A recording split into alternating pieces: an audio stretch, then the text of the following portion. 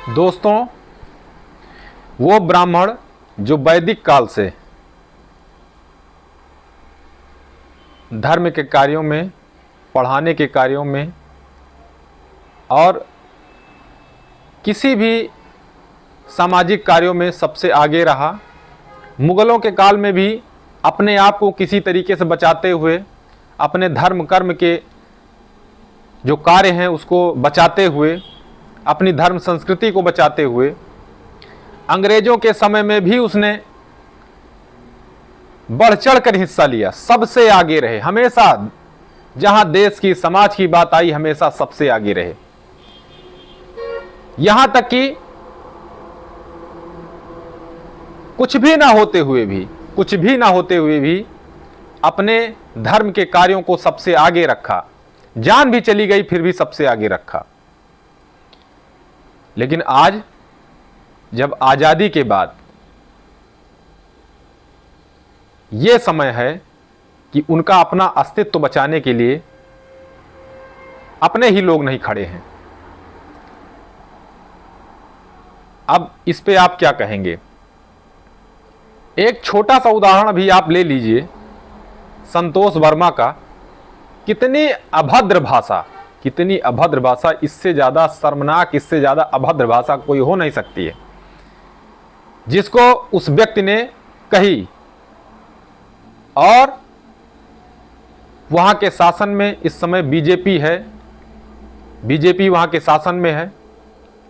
इतने विरोध के बावजूद अभी भी उसके ऊपर कोई कार्रवाई नहीं हुई है, उसके ऊपर कोई कार्रवाई अभी तक नहीं हुई। अगर यही पर इस आईएएस के जगह कोई ब्राह्मण आईएएस होता, उसने अगर ऐसा कह दिया होता किसी दूसरे समाज के बारे में, तो आज वो जेल में होता, उसकी नौकरी चली गई होती।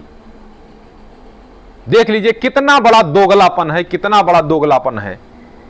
इसी ब्राह्मण ने इसी बीजेपी को गोद में लेकर खिलाया, गोद में लेकर। सारी पार्टी, सारे समाज ने साथ छोड़ दिया होगा, फिर भी ब्राह्मण ने इसका कभी साथ नहीं छोड़ा, लेकिन आज इसी बीजेपी ने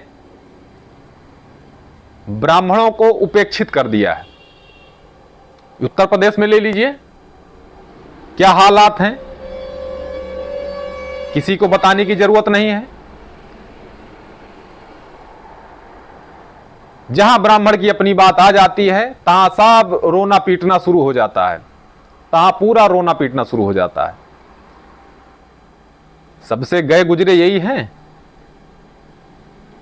हमेशा सबसे आगे रहते हैं, चाहे पार्टी के काम में, देश के काम में, हमेशा सबसे आगे रहते हैं। लेकिन जब इनकी बात आ जाती है, इनको बचाने की बात आ जाती है, तो सब हाथ पीछे कर लेते हैं।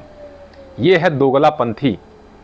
तो ये ज्यादा दिन नहीं चलने पाएगी। जैसे मायावती चली गई, सपा चली गई, अन्य पार्टियां चली गई, वैसे ही अगर यही कारण रहा, यही व्यवस्था चलती रही, तो बीजेपी ज्यादा दिन दूर नहीं जब हाथ धो लेगी। और एक बार सत्ता से जाने के बाद जल्दी कोई दोबारा आता नहीं है। इसलिए बीजेपी को चाहिए कि जो टेक्निकल फॉल्ट है उसको जल्द से जल्द सही करे। ये मत सोचे बीजेपी कि ब्राह्मण तो कहीं छोड़ के जा नहीं सकता है, ईश्वर ना करे ऐसा, नहीं तो बहुत बड़ी दिक्कत हो जाएगी। जो हम लोग सपना देख रहे हैं समाज को, देश को ऊपर उठाने का, वो सपना धरा का धरा रह जाएगा। और लोग जो अपने अहंकार में जी रहे हैं, कुछ नेता, फिर उनका अहंकार सारा खत्म हो जाएगा। धन्यवाद।